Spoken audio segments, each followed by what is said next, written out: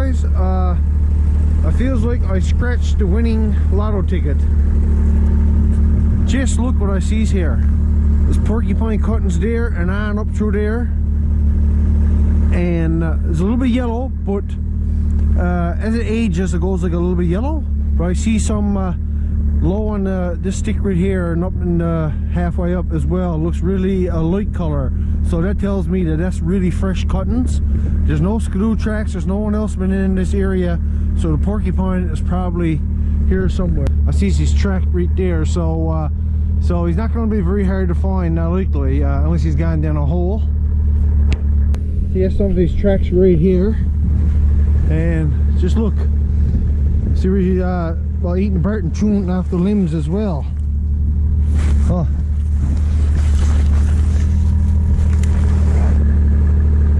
Really fresh. He was over there and he come on this way.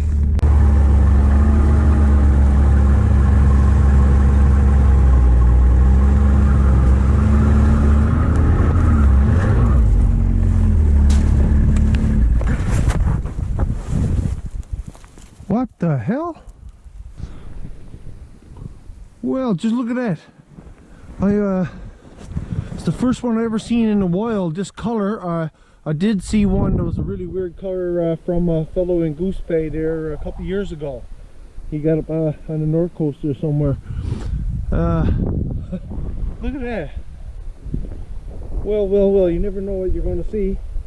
I'm sure the meat tastes the same.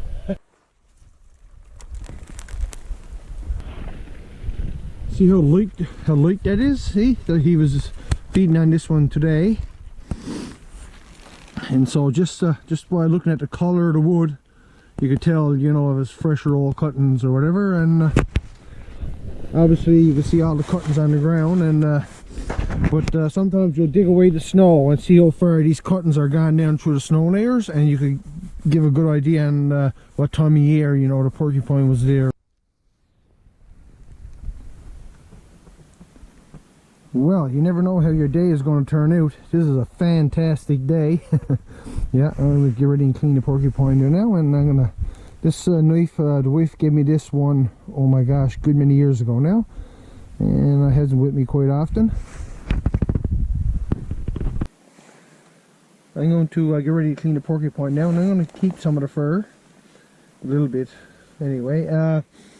You know, I'm not going to show cleaning because I've done a video of that before, and I'm going to put a link in the description and also at the end of the video. If you want to click on that link, you can go and see how to properly clean a porcupine. And man, this is a fantastic day. Well guys, I got the porcupine cleaned there now. Yeah, I'm going to put it in a bag here, and I'm going to keep the hide as well. I gotta be careful of the quills, you know. I don't want to contaminate everything with quills, and I'm gonna burn the tail because there's an awful lot of quills in that. So I'm gonna burn the tail, keep the hide, and of course the meat. I guess these you'll see hung up in the shed. Yeah, to get the fire started, I put a candle down there and just a few branches just to burn off the quills. And I'm gonna speed this up because I don't want to waste too much time. I'll throw a little bit of gasoline antifreeze on it as well.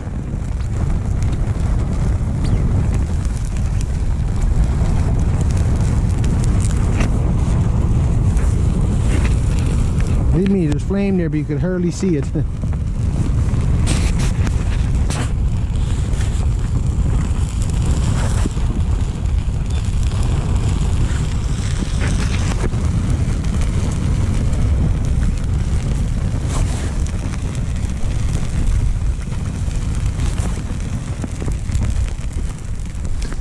You always got to do a responsible thing, you know. You don't want a poor old animal come along and get his mouth full of quills or whatever. And anything edible, I threw it over that way, and so now a fox or wolf or whatever come along could help themselves to that, and they won't have to worry about getting any quills in their mouth. My fire is just right there, and when I was cleaning the porcupine, I used to look over here, and I thought I could see something that looked something like a partridge, and sure enough, there's one there. Pretty quiet too. My fire is then I'm going to look around and see if there's any more here.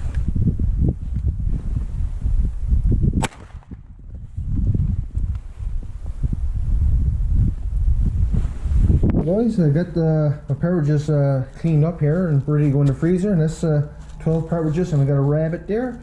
You know, it takes a nice bit of time, you know, to clean it all up proper.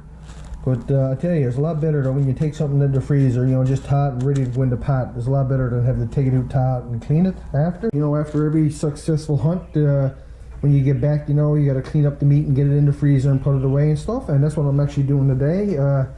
I done the partridges earlier. I got all those cleaned up and put in the freezer, and now I'm going to do the porcupine. And I'm going to put the hide one side here, and then I'm going to get the meat out. And he's a fair-sized porcupine, so I think I can make 3 meals out of him. And the mother-in-law recently made a rabbit pie, and people have been asking about that recipe. So what I'm going to do, I'm going to use the same recipe, but I'm going to use porcupine. I'm going to make a porcupine pie later on, and I got to be good. And I'll probably make a rabbit pie down the road as well too, you know. And I think their brother-in-law looked it up, according to the mother-in-law, father-in-law, and I believe this color phase or something like that is kind of rare, 1 in every 10,000 or something like that. So it was a real unique, special hunt, and we're going to enjoy this meat like we would any other animal. Always respect what you harvest and put it to good use. One thing with porcupine is you've got to be very careful, and that's kind of an old joke, you know. How do you clean a porcupine? Very carefully. And I just took it out of the bag here. Be careful, there's some loose quills. I don't want to misplace any. That wouldn't be nice. Get one of those in your fingers or sit on one or something. There's a bit of a quill right there. You can see, look down here. I heard the old people say that if you get a porcupine quill stuck in you anywhere, you don't just grab and haul it that way. You kind of got to like slowly twist and haul, and working it that way. I actually never had either one stuck in me before, but if I ever did, that's the way I would do it. You know, wisdom from the old people, I guess.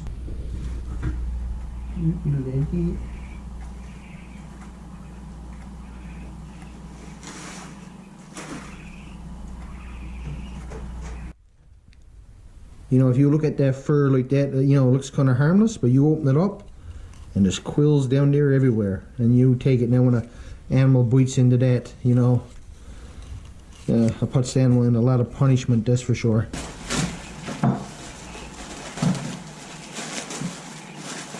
Take it. Oh. Let's poke through the bag. Look at that. Quill right on top of the meat there, look. Here's the porcupine. Just going to let it thaw out a little bit, and then I'm going to enjoy it and cut it all up. And like I said, I'm going to divide it up into about 3 meals. And yeah, and one of these days I'm going to make a nice porcupine pie. And one thing about porcupines, you see, it's got like lots of fat on it. It's real nice, rich, little greasy meat. It makes real nice gravy, and it's absolutely delicious when cooked proper. Now I'm waiting for the porcupine to thaw a bit. Try to figure out what I'm going to do with these feet. Yeah, another day good for tying flies, huh?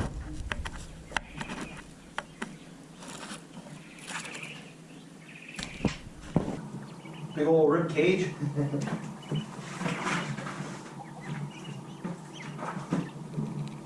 I think the innards, the heart, the kidneys, and the liver, I'm going to clean that up and put it in a bag, put it in the refrigerator, and I'm going to roast that on the stove tomorrow for my supper.